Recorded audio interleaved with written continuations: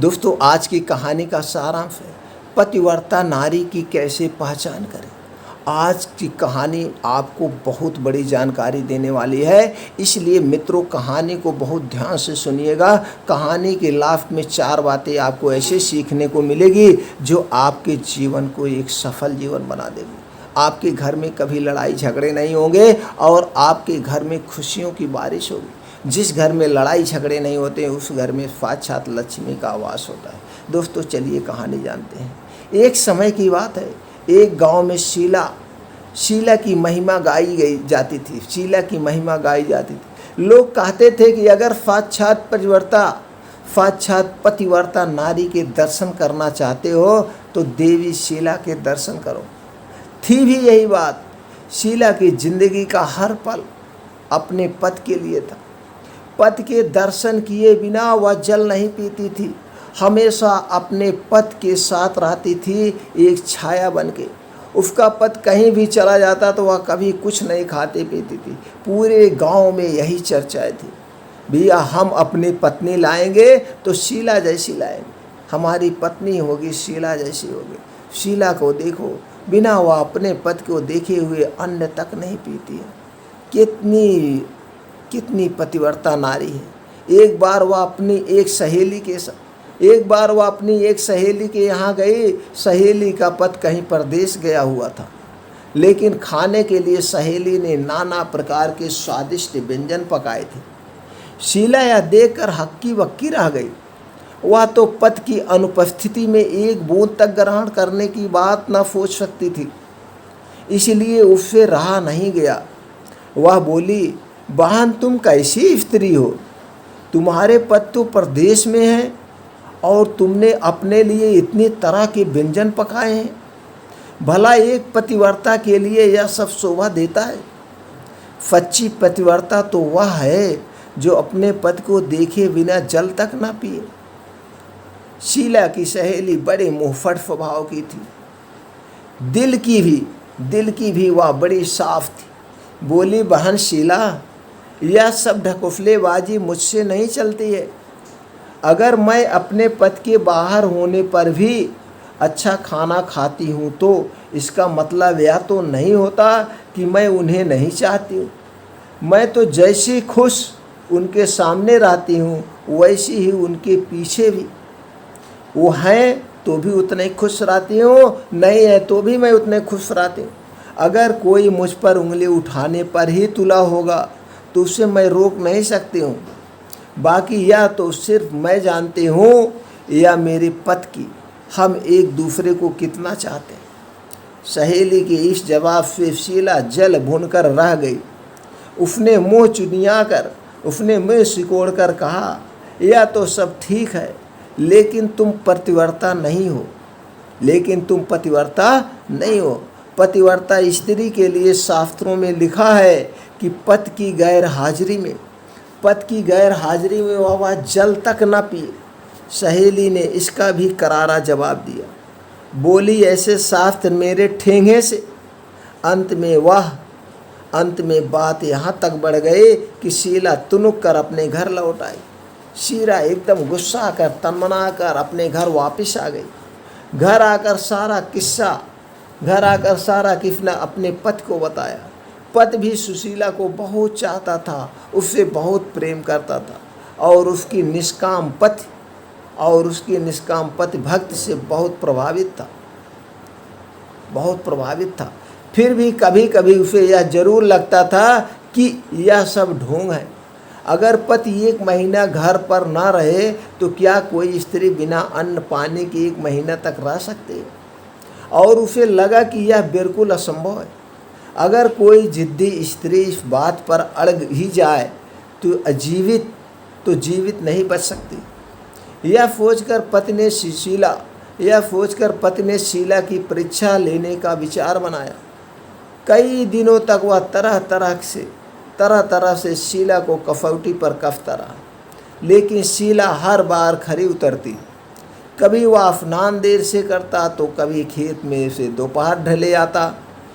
कभी कभी तो ऐसा होता कि परोसी थाली तक सामने होने पर वह बहाना बनाकर बाहर निकल जाता और दिन ढले लौटता। लेकिन शीला ने कभी भी पति के खाने से पहले पानी तक न पिया।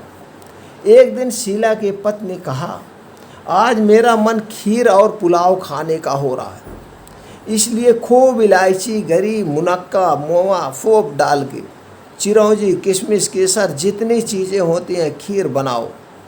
ये दोनों चीज़ें सुशीला को भी बड़ी प्रिय थी, इसीलिए शीला को भी ये सारी चीज़ें बहुत प्रिय थी, इसीलिए खूब मन लगाकर उसने ये चीज़ें बनाई। केसर और इलायची और देसी घी की सुगंध से बनाते समय ही शीला के मुंह में पानी आने लगा। चीज़ें बना चुकने के बाद शीला ने अपने पति से झटपट स्नान कर लेने को कहा, लेकिन पति को तो उस दिन धैर्य की परीक्षा लेनी थी, इसलिए काफ़ी देर तक वह ढील ढाले रहा, इधर उधर टलता रहा कि समय किसी तरह से बीत जाए और लेट हो जाए खाने में। शीला के बार बार कहने पर आखिर में हार कर वह बाल्टी, लोटा और रस्सी लेकर नहाने गया। नहाने में भी उसने काफ़ी देर लगा दी। इधर शीला की आंतें मारे भूख के बुलबुलाने लगी। भूख के कुलबुला रही है, भूख पेट पकड़ के ऐंठ रही है, बहुत तेज भूख लगी। लेकिन जैसे ही वह अपने दरवाजे के बाहर उसे पति के खड़ाऊ की आवाज़ सुनाई दी, उसे दिलासा बधी कि अब तो खाने का समय आ ही गया। लेकिन जैसे ही पति ने दरवाजे के अंदर पैर रखे, दाएं पैर की खड़ाऊ से पैर ऐसे फिसला कि वह चारों खाने चित होकर गिर गया। चारों ओर बाल्टी, लोटा सब हाथ से छूट गया। हाथ से छूट जाकर दूर गिरा और आंखें फैली की फैली रह गई। यह देखा तो शीला जिस हालात में थी वैसी ही दौड़ी, पास आकर सिर हिलाया, आवाज़ें दी, लेकिन सब बेकार। पति अगर जिंदा होता तब तो बोलता, अगर जिंदा होता तो ही बोलता, लेकिन उसके तो प्राण पखेरु उड़ चुके थे, इसीलिए भला वह कैसे बोलता।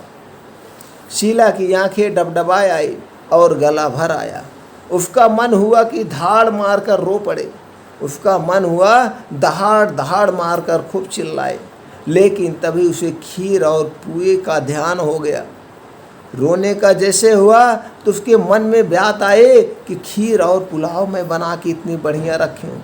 उसने सोचा कि पति अब मर ही गए हैं, रोने से जी तो पाएंगे नहीं। हाँ, आस पड़ोस के लोग जरूर जुट जाएंगे और तब खीर पुए खाने का मौका तो मिलने से रहा नहीं जाएगा, खाने पाने का समय नहीं मिलेगा। इसलिए बेहतर यह होगा कि पहले मैं खीर पुए खा लूँ, तब रोना धोना शुरू करूँ। यह सोचकर वह चुपचाप गई और जल्दी जल्दी खीर उड़ाने लगी। पुए अगले दिन के लिए रख लिए, क्योंकि उनके खराब होने का डर तो था नहीं। असलियत यह थी कि पति मरा नहीं था, बल्कि मरने का नाटक किए पड़ा था। इसलिए अपनी पत्नी की यह सारी हरकतें वह देखता रहा। जब सुशीला खीर जी भर कर खा चुकी तो झटपट मुंह धोया और लंबा सा घूंघट निकाल कर पति के पास गई और सोने से चिपट कर रोने लगी।